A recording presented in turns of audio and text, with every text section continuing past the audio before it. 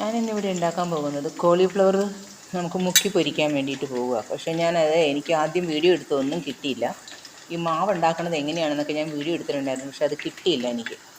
ഇതിനകത്ത് കോളിഫ്ലവർ ഞാൻ ആദ്യം ചൂടുവെള്ളത്തിലിട്ട് കഴുകി വൃത്തിയാക്കിയതിന് ശേഷം അതിനെ തിളച്ച വെള്ളത്തിലിട്ടൊന്ന് വാട്ടിയെടുത്തു.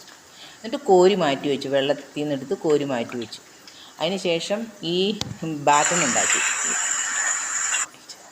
ഇതെങ്ങനെയാണ് ഉണ്ടാക്കിയെന്ന് വെച്ചിട്ടുണ്ടെങ്കിൽ 2 സ്പൂണ്, ഈ കയ്യിലിരിക്കുന്ന സ്പൂണിന് 2 സ്പൂണ് മൈദയും 2 സ്പൂണ് കടലപ്പൊടിയും കൂടി ചേർത്ത് അതിനകത്ത് കായം, മഞ്ഞൾ, മുളക് പൊടി, ഇത്രയും ഉപ്പ്, ഇത്രയും ചേർത്തിട്ടാണ് അത് ബാറ്റൺ ഉണ്ടാക്കിയെടുത്തത്. അതിനകത്ത് വെള്ളം വളരെ കുറച്ചൊഴിച്ചിട്ട് തിക്ക് ഫോമിലാണ് ഞാനത് ഉണ്ടാക്കിയെടുത്തേക്കണേ.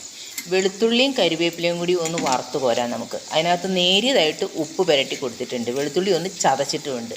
അപ്പോൾ ആ എണ്ണയ്ക്കകത്തേക്ക് ഇതിടുമ്പോൾ ആ വെളുത്തുള്ളിയുടെ ടേസ്റ്റും കൂടി അതിന് കിട്ടും. അതിന് വേണ്ടിയിട്ടാണ് ആ വെളുത്തുള്ളി ചതച്ച് ആദ്യമേ തന്നെ എണ്ണയിലൊന്ന് വറുത്ത് കോരിയെടുക്കുന്നത്. അത് രണ്ടും കൂടി കൂട്ടി മിക്സ് ചെയ്തിട്ടാണ് കേട്ടോ കഴിക്കുന്നത്. നമുക്ക് സോസ് കൂട്ടി കഴിക്കാൻ ഭയങ്കര ടേസ്റ്റായിരിക്കും. അപ്പോൾ നമുക്കിനി അതൊന്ന് വറുത്ത് കോരാം.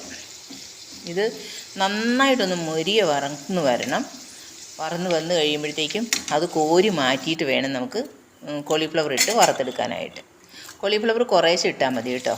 ചെറിയ തീയിൽ ആദ്യം വയ്ക്കുക, അത് കഴിഞ്ഞിട്ട് തീ ഒന്ന് മെല്ലെ കൂട്ടി കൊടുത്താൽ മതി. കാരണം എന്താണെന്ന് വെച്ചിട്ടുണ്ടെങ്കിൽ ഒറ്റ ഫ്ലെയിം വലിയ ഫ്ലെയിമിൽ വെച്ച് കൊടുത്തിട്ടുണ്ടെങ്കിൽ അത് കരിഞ്ഞു പോകാനുള്ള സാധ്യത ഏറെയാണ്. അപ്പോൾ അത് കാരണം നമ്മൾ വിട്ട് കിട്ടും കേട്ടോ. അത് ഓരോന്നായിട്ട് വിട്ട് കിട്ടും. അത് ബാറ്റൺ വളരെ കുറുകി കുഴയ്ക്കുവാണെങ്കിൽ കണ്ടോ, ഈ പരുവത്തിൽ കുഴച്ചാലേ നമുക്കങ്ങനെ ഓരോന്ന് വിട്ട് കിട്ടുള്ളൂ. അല്ലെങ്കിൽ എന്ത് ചെയ്യും, ഇതിനകത്ത് മാവ് ഒട്ടും പിടിക്കാതെ ഇരിക്കും. അപ്പോൾ അത് സ്വാദുണ്ടാവില്ല. മാവിനാണ് ഏറ്റവും കൂടുതൽ സ്വാദ്. ഓക്കെ, അപ്പോൾ ഞാനത് വറുത്ത് കോരിയിട്ടുണ്ട്, കുറച്ച് വറക്കാനിട്ടിട്ടുണ്ട്. കാരണം ചെറിയ ചട്ടിയാണ് വെച്ചിരിക്കുന്നത്, അതിനകത്തെല്ലാം കൂടി ഒറ്റയടിക്ക് വറക്കാൻ പറ്റില്ല. ഞാൻ ഒരിക്കലും പറയാറില്ല എൻ്റെ വീഡിയോ സബ്സ്ക്രൈബ് ചെയ്യണേ പ്ലീസ്. അപ്പോൾ എൻ്റെ വീഡിയോ ഇത്രയേ ഉള്ളൂ.